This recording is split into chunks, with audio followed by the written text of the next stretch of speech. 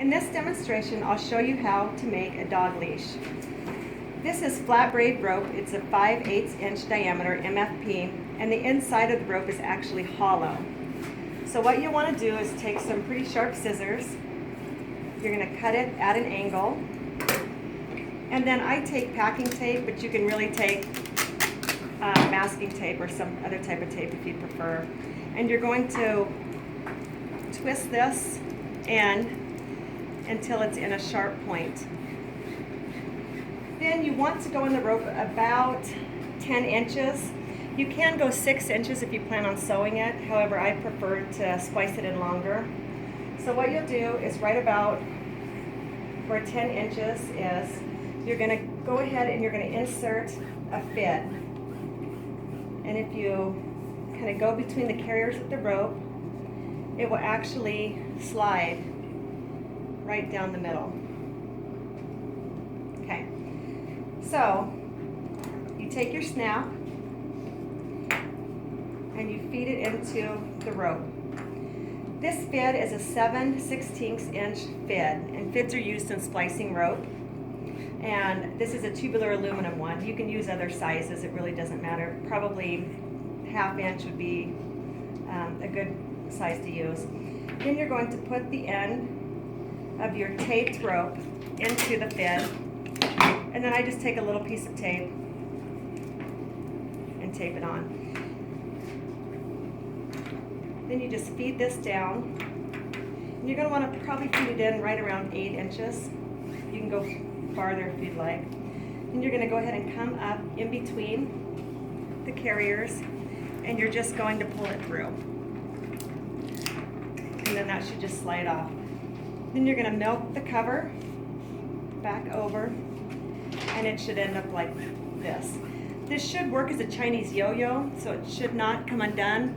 However, we recommend stitching this section of it. You can either hand stitch it, or you can use a machine, which I'll demonstrate.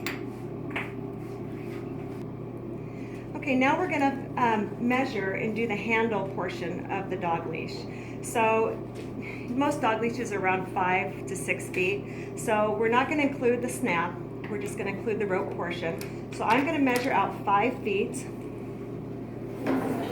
So there's 3. We'll go another 24 inches. And that's 5 feet. I just mark it with a piece of chalk. It doesn't show up too well on this.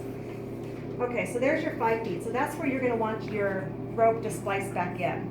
So if you want to go in about 10 inches, what you're going to want to do is go ahead and measure another 10 inches.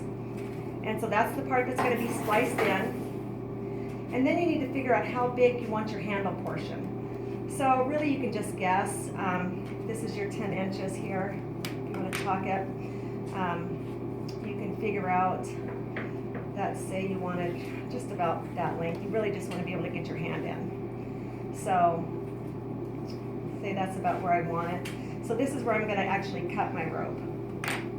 So we put a mark where you're going to want the handle to start. Another 10 inches that's going to be spliced into the rope, and then the portion that's going to be your handle. So at the second, or your third mark actually, you're going to cut the rope at an angle. You're going to take your tape.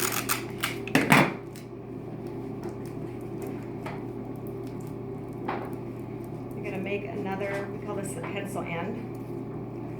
Okay, then you're going to find the first mark that you did with your chalk. That's this one. So I always have a lot of tape on my fids. So what you're going to do then is you're going to actually put the fid back in the same way as you did on the snap end. Let's see, and since I'm spliced this way, I'm going to turn it around. See, I snagged the rope right there, so you have to be careful when you put it in the middle.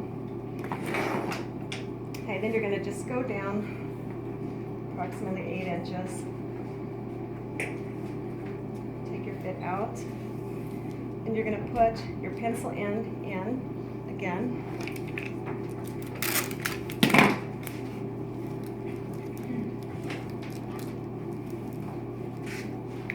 And then you're going to pull it through.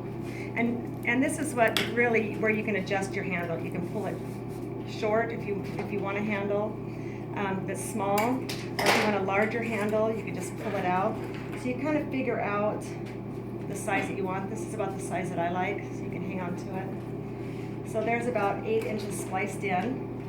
So what I'm going to go ahead and do is just cut this off, cut it off at an angle. And then you're going to be careful, because if you pull this, the whole thing's going to slide out.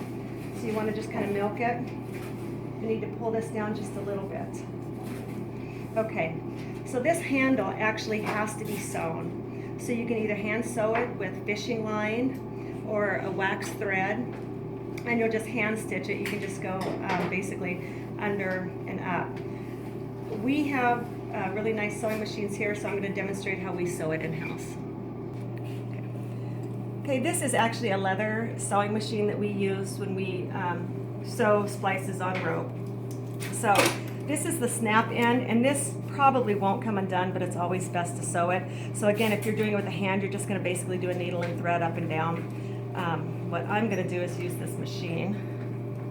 And I'm just going back about 3 inches. Now sew, go back.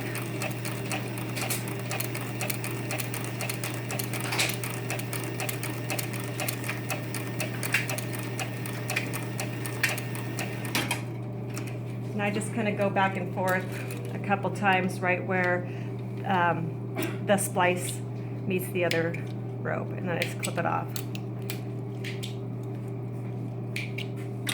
And then the other end will do the same way.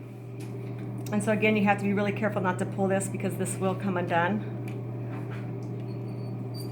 And then on this one, I go back a little bit further. I'll go back about 4 inches, and I'll sew it the same way.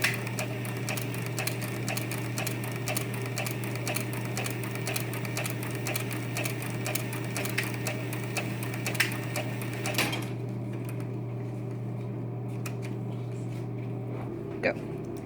So here's your completed